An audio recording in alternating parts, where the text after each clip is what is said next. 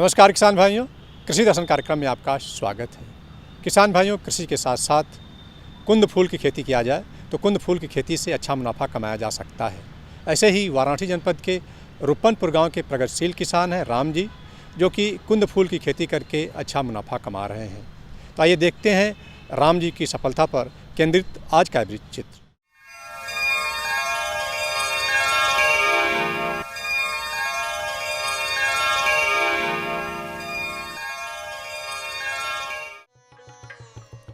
कृषि अर्थव्यवस्था का तेजी से उभरता हुआ क्षेत्र है बागवानी, और बागवानी की एक प्रमुख शाखा है फूलों की खेती।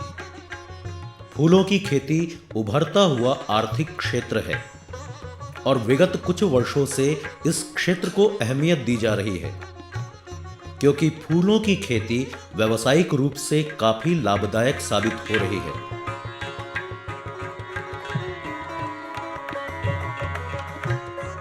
फूलों की खेती को सरकार की तरफ से भी काफी बढ़ावा दिया जा रहा है, जिससे कि किसान इससे ज्यादा लाभ ले सके।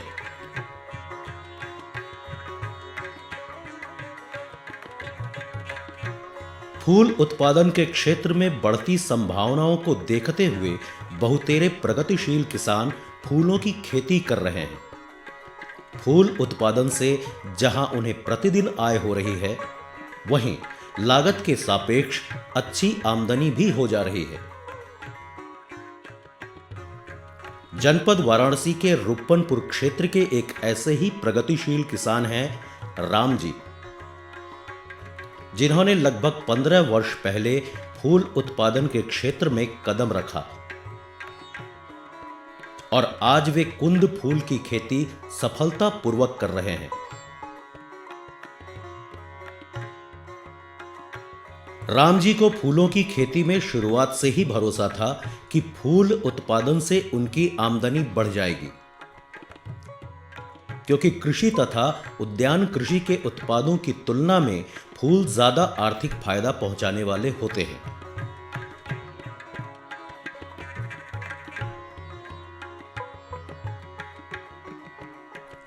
राम जी कुंद फूल की खेती से लगभग 8 महीने तक लगातार उपज लेते रहते हैं। गर्मी के मौसम को छोड़कर कुंद फूल के पेड़ से लगभग 10 वर्षों तक फूल की उपज मिलती रहती है, जिससे फूल उत्पादक तोड़ाई कर बेचते रहते हैं। हम फूल की खेती 10 साल से करते हैं। इसी से अपने बाल बच्चा पालते हैं, खिलाते हैं, इसी में यह काम करते हैं। 1 साल लगा तो 10-20 साल चलता है। ये हर साल आदमी के पानी खाद पानी देते हैं, गोड़ते हैं, सोते हैं, फूलता है 10 महीना ये फूलता है। हम तोड़ते रहते हैं, बेचते रहते बाजार में।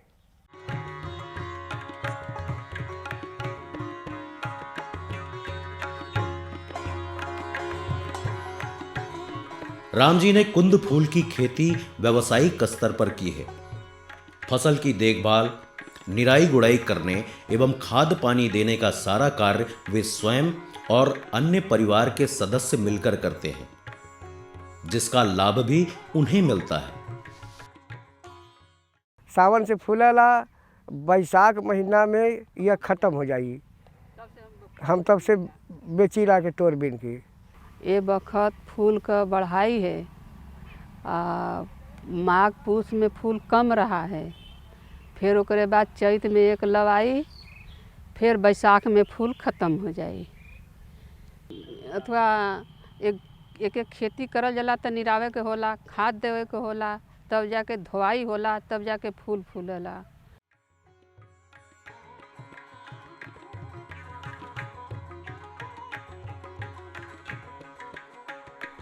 कोई भी फसल हो, उसकी निगरानी लगातार करनी पड़ती है। इस वजह से रोगों और कीड़ों का प्रकोप शुरू होने के समय ही मालूम हो जाता है। फलस्वरूप समय पर रोकथाम के प्रयास कर फसल को बर्बाद होने से बचाया जा सकता है।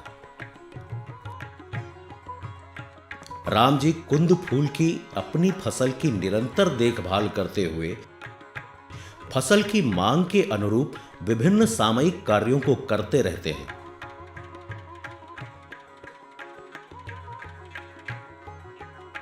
कुंद की खेती में निराई गुड़ाई का काफी महत्व होता है।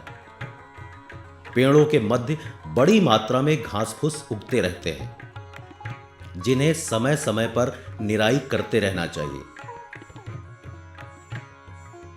जब भी खरपतवार दिखे, खुरपी की सहायता से तुरंत निराई करनी चाहिए। निराई करने से जहां खरपतवार साफ हो जाते हैं, वहीं पेड़ों को पूरा पोषक तत्व मिलता है।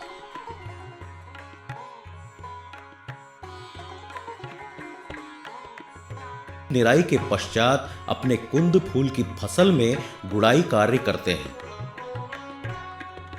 इससे जहां घास फूस की सफाई हो जाती है, वहीं गुड़ाई से मिट्टी पलट जाती है और जड़ों का अच्छा विकास होता है, जिससे फूलों की संख्या में वृद्धि होती है।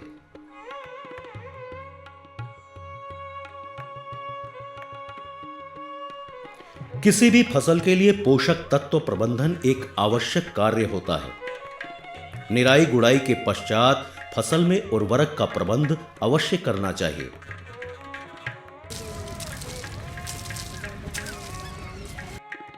कुंद के पेड़ों को निराई गुड़ाई के बाद उर्वरक देते हैं। जड़ों के पास उर्वरक बिखेर देने से पेड़ों को भरपूर पोषक तत्व प्राप्त होता रहता है।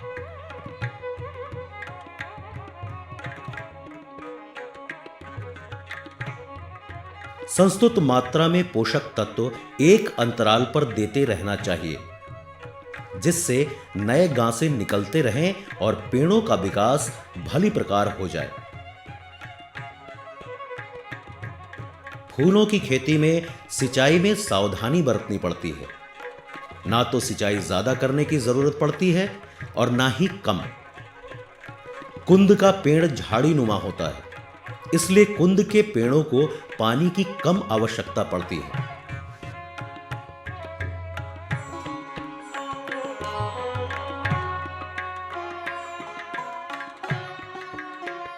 कुंद के खेत की सिंचाई एक नियत अंतराल पर करते रहते हैं। मौसम और मिट्टी के अनुरूप किए गए संतुलित सिंचाई से उन्हें फूलों की अच्छी उपज प्राप्त हो जाती है। फसल में रक्षा कार्य का बड़ा महत्व होता है। फूलों की फसल में फसल सुरक्षा पर विशेष ध्यान देने की जरूरत पड़ती है।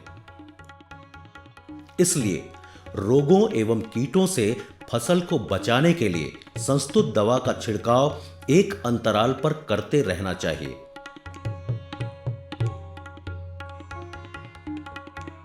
राम जी कुंद फूल की खेती करते समय इन बातों का विशेष ध्यान रखते हैं। फसल को बचाने के लिए तत्परता के साथ प्रयास करते हैं और आवश्यक रसायनों का छिड़काव कर फसल को निरोग रखने की कोशिश करते हैं।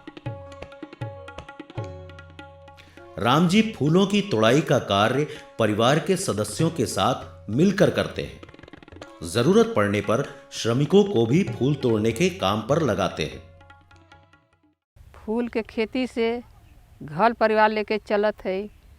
चार मन मजूनियों लेके चलत है, भाई तोड़ाई है, बिनाई है, देत है।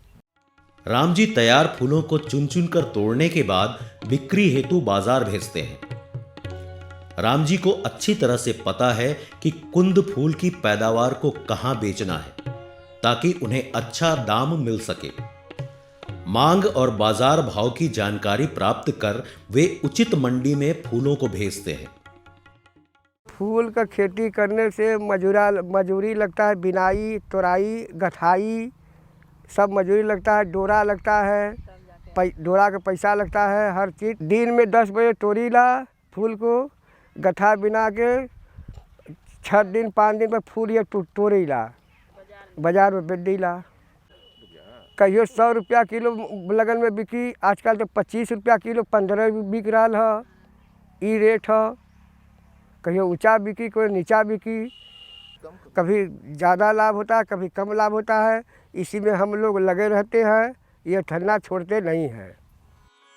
राम जी का कुंद फूल की खेती में सफलता अन्य किसानों के लिए प्रेरणा स्रोत कहा जा सकता है।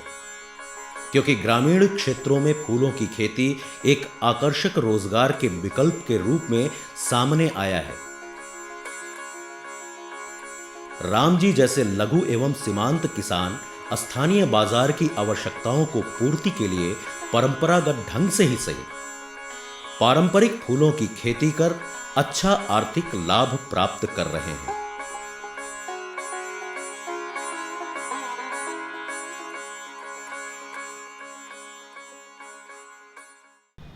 जो भी किसान भाई रेशम पालन का व्यवसाय करना चाह रहे हैं, वो जनपद सोनभद्र में केंद्रीय रेशम बोर्ड की स्थापना की गई है कि वो वहाँ पर प्रशिक्षण लेकर के अपना रेशम पालन का व्यवसाय कर सकते हैं।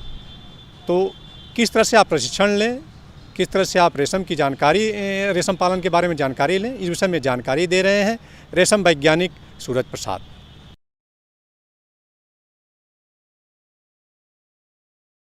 प्रसाद जी, जनपद सोनभद्र में केंद्रीय रेशम बोर्ड की जो स्थापना हुई है, वो मुख्य उद्देश्य जो है इसका क्या है?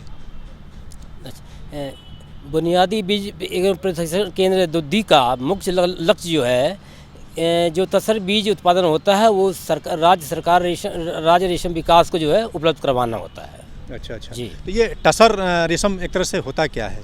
ये जो है तसर रेशम सिल्क है, इससे कपड़े बनाए जाते हैं, जिसका जो है विदेशों में भी आपूर्ति किया जाता है। इससे जो है देश को बहुत अच्छा इनकम प्राप्त होता है। अच्छा, जो आप प्रशिक्षण देते हैं किसानों को, जी। तो जो भी हमारे किसान भाई पूर्वांचल के प्रशिक्षण लेना चाह रहे हों, जी। वो कैसे पता करेंगे, कैसे संपर्क करेंगे, और प्रशिक्षण आप किस तरह से देते हैं? एक्चुअली जो है बुनियादी बीज उत्पादन प्रशिक्षण केंद्र दुद्धी के द्वारा जो है, ये केंद्रीय रेशम बोर्ड का ऑफिस है। इसमें जो है हमारा फ़ोन नंबर है, फ़ोन नंबर बोलेंगे? हाँ, बोल। हमारा फ़ोन नंबर जो है 7897656665। इससे संपर्क करके प्रशिक्षण के संबंध में जानकारी प्राप्त कर सकते हैं किसान भाई बहन। अच्छा, ये कितने दिन का प्रशिक्षण होता है? ये हमारे केंद्र द्वारा जो है 7 दिवसीय जो है आवासीय प्रशिक्षण दिया जाता है, जिसमें जो है तसर कीट पालन एवं तसर बीज उत्पादन से संबंधित जो है प्रशिक्षण दिया जाता है। तो ये प्रशिक्षण निःशुल्क रहता है या इसका कुछ फीस उस आप लोग लेते हैं? नहीं, ये प्रशिक्षण बिल्कुल निःशुल्क है। इसमें कोई भी शुल्क लिया नहीं जाता है केंद्र द्वारा। रहने खाने का इनका मुफ्त व्यवस्था रहता हाँ, है? पूरी व्यवस्था होती है। और जो किराया भाड़ा लगता है ये किसान स्वयं वहन करें? नहीं। हाँ। आने जाने का किराया भी दिया जाता है, पूरी सुविधा दिया जाता है उनको। मतलब एक तरह से कहा जाए कि मतलब आने जाने से लेकर के रहने खाने तक का निःशुल्क आप लोग व्यवस्था जी करते हैं। जी। एक बात आती है प्रसाद जी, जैसे प्रशिक्षण आप लोग वैज्ञानिकों द्वारा दिलवाते हैं या जो किसान होते हैं उनके द्वारा भी दिलवाते हैं? नहीं, प्रशिक्षण जो है एक्चुअली जो तसर कीट पालन एवं बीजागार संबंधित जो विशेषज्ञ हैं, उन्हीं के द्वारा प्रशिक्षण दिया जाता है, जिसमें जो है अधिकतर वैज्ञानिक लोग ही प्रशिक्षण देते हैं। अच्छा, पर जो हमारे किसान भाई प्रशिक्षण प्राप्त कर लेते हैं, जी। उसके बाद आप उनको क्या सुविधा मुहैया कराते हैं? जो किसान प्रशिक्षण प्राप्त कर लेते हैं उनको कीट पालन एवं बीजागार से संबंधित जितनी भी उनकी आवश्यकताएं होती हैं वो हमारे केंद्र द्वारा उनको दिया जाता है, उपलब्ध कराई जाती हैं। अच्छा। जी। और एक समस्या आती है प्रसाद जी, जो भी हमारे किसान भाई अगर रेशम पालन का व्यवसाय करते हैं, उनके लिए बाज़ार एक बेहतर विकल्प होना चाहिए। जी। अगर बेहतर विकल्प नहीं हो पाता है तो फिर वो नहीं कर पाते हैं। तो क्या आप अगर वो पैदा कर लेते हैं तो उनके लिए बाज़ार मुहैया भी कराते हैं? जी, ये जो है हमारे केंद्र द्वारा जो है जो किसान तसर बीज उत्पादन करते हैं उनका पूरा सीड को कोन जो है हम लोग परचेज़ कर लेते हैं। वर्तमान रेट जो है उसका 3 रुपया प्रति कोसा की दर से हम लोग परचेज़ करते हैं। और जो किसान राज्य सरकार के द्वारा भी जो है कोसा क्रय किया जाता है, उनके द्वारा भी क्रय किया जाता है। अच्छा। जी। और जो किसान हमारे रेशम पालन का व्यवसाय करना चाह रहे हैं, जी। वो मतलब इस तरह का जो बीज है जी। या संसाधन है वो कहाँ से प्राप्त करें? किसानों को जो है एक्चुअली जो है हम जो किसानों को जो है एडॉप्ट करते हैं, अपग्रेड करते हैं, उनको जो है रोग मुक्त चकत्तो जो है हम लोग कार्यालय द्वारा उपलब्ध कराए जाते हैं। मतलब बीमारी रहित रोग मुक्त चकत्ते हम लोग उनको उपलब्ध कराते हैं। अच्छा, ये जो संसाधन है जी, ताकि जो है उनका कीट पालन जो है सफल हो सके। अच्छा, जब ये रेशम पालन की बात हो रही है प्रसाद जी, तो मतलब ये किस स्थान पर ज़्यादा उपयुक्त रहता है, या ऐसे मतलब कौन से किसान जो है इस व्यवसाय को अपनावे कि इनको बेहतर लाभ मिले? देखिए, तसर कीट पालन जो है वास्तव में गरीबों का एक बिजनेस है, व्यवसाय है। क्योंकि दूर दराज क्षेत्रों में कोई व्यवसाय नहीं होता है, तो ये दूर दराज क्षेत्र में, जैसे जंगल क्षेत्र में जैसे आसन के पौधे हैं या अर्जुन के पौधे हैं, और जो साल के पौधे में तो कीट पालन नहीं करते हैं, अधिकतर आसन के पौधों में कीट पालन करते हैं, जो कि निःशुल्क उनको उपलब्ध होता है। और जिससे जो है किसान जो है एक 30 से 40 दिन में कम से कम 20 से 25 हज़ार रुपये कमा सकते हैं। और कितना लागत आता होगा? इसमें लागत जो है केवल उनको जो है 200 डीफल उनको हम कार्यालय द्वारा दिया जाता है, तो उनको 24 रुपये हम लोग उनसे लेते हैं। केवल बीज, तसर बीज का ही मूल्य लेते हैं। और जो है अगर उनको जो है 20 से 25 हज़ार रुपये मिलता है तो 2,000 रुपये मायने नहीं रखता है। जी ठीक है प्रसाद जी, आपने केंद्रीय रेशम बोर्ड का क्या मुख्य उद्देश्य है और किस तरह से किसानों के लिए उपयोगी है, इस बारे में हमारे किसान भाइयों को इतनी अच्छी जानकारी दी। जानकारी देने और बातचीत करने के लिए बहुत बहुत धन्यवाद। बहुत बहुत धन्यवाद। किसान भाइयों, रबी फसलों में सिंचाई की उन्नत तकनीक के क्या क्या फ़ायदे हैं और इससे क्या लाभ हो सकता है, इस विषय में जानकारी दे रहे हैं कृषि विज्ञान केंद्र चंदौली के कृषि विशेषज्ञ इंजीनियर विनोद कुमार सिंह।